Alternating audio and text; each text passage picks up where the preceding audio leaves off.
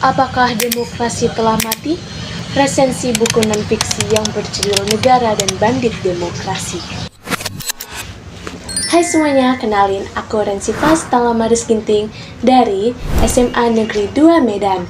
Nah, di sini aku akan meresensi buku yang berjudul Negara dan Bandit Demokrasi yang ditulis oleh Ignatius Wibowo dan diterbitkan pertama kali oleh penerbit Kompas pada tahun 2011. Buku ini berjumlah 144 halaman dan bergenre politik dan sosial. Ignatius Wibowo adalah seorang pakar sinologi Universitas Indonesia dan seorang pengamat masalah sosial global.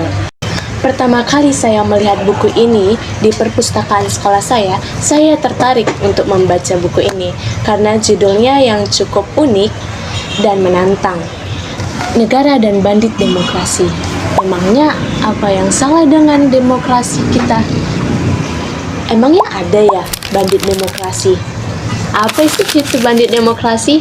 Itulah yang terlintas di pikiran saya, sehingga saya memilih buku Negara dan Bandit Demokrasi ini menjadi buku yang akan saya resensi. Nah, setelah saya membaca buku tersebut, saya cukup terkejut karena opini dan fakta yang dihadirkan oleh Ignatius Wibowo masih sangat relevan ternyata di situasi Indonesia sekarang ini. Tak hanya tentang mayoritas dan minoritas, sistem demokrasi juga telah dikuasai oleh bandit-bandit politik. Mereka menjarah habis kekayaan negara, mumpung berkuasa, katanya. Mereka memaksimalkannya sebaik mungkin. Sudah lebih satu dasawarsa, demokrasi kita didorong agar tumbuh kembang di Indonesia. Namun, hingga hari ini paham itu tak kunjung tegak. Kesejahteraan dan keadilan yang dijanjikannya pun tak kunjung tiba. Ada apa dengan proses demokratisasi kita? Itulah yang dikatakan Ignatius Wibowo pada sinopsis buku ini. Mungkin bukan hanya saya yang setuju dengan pendapat Ignatius Wibowo tersebut.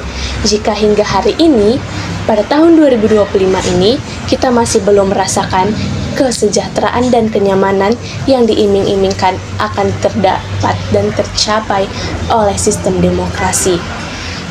Bahkan, kekayaan republik ini dijarah oleh orang yang berkepentingan dengan dalih kepentingan rakyat.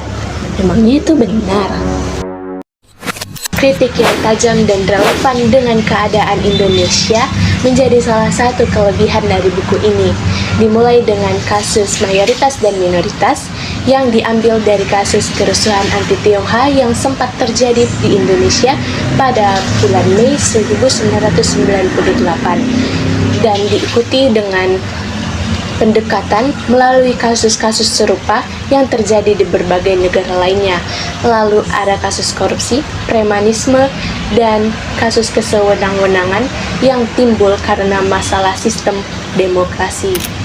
Ada satu kekurangan yang saya temukan dalam buku ini, yaitu pembawaan bahasa yang menurut saya cukup berat untuk dipahami oleh orang-orang yang kurang paham tentang filsafat politik. Dengan membaca buku Negara dan Bandit Demokrasi ini, membuka pikiran dan mata saya terhadap bagaimana sistem demokrasi di Indonesia ini sebenarnya dijalankan. Ternyata masih banyak kekacauan dan masalah politik yang diakibatkan oleh sistem demokrasi ini. Ini mengajak kita untuk bertanya dan merenung, apakah sistem demokrasi kita ini sudah memberikan keadilan sosial bagi seluruh rakyat? Atau hanya keadilan bagi para penguasa? Walaupun ditulis dengan gaya bahasa yang cukup berat dan akademik, saya pribadi merekomendasikan buku ini sebagai bacaan kepada khalayak umum, terutama pada mahasiswa, pelajar, dan aktivis yang ingin memahami lebih dalam tentang sistem demokrasi Indonesia. Mengajak juga untuk memahami dan menemukan bagaimana cara agar sistem demokrasi dapat membawa perubahan bagi bangsa Indonesia. Nah, itulah resensi singkat saya tentang buku Negara dan Bandit Demokrasi. Semoga Indonesia cepat pulih dan bandit-bandit demokrasi tak lagi berkeliaran di bangsa kita ini. Terima kasih semuanya. Bye-bye.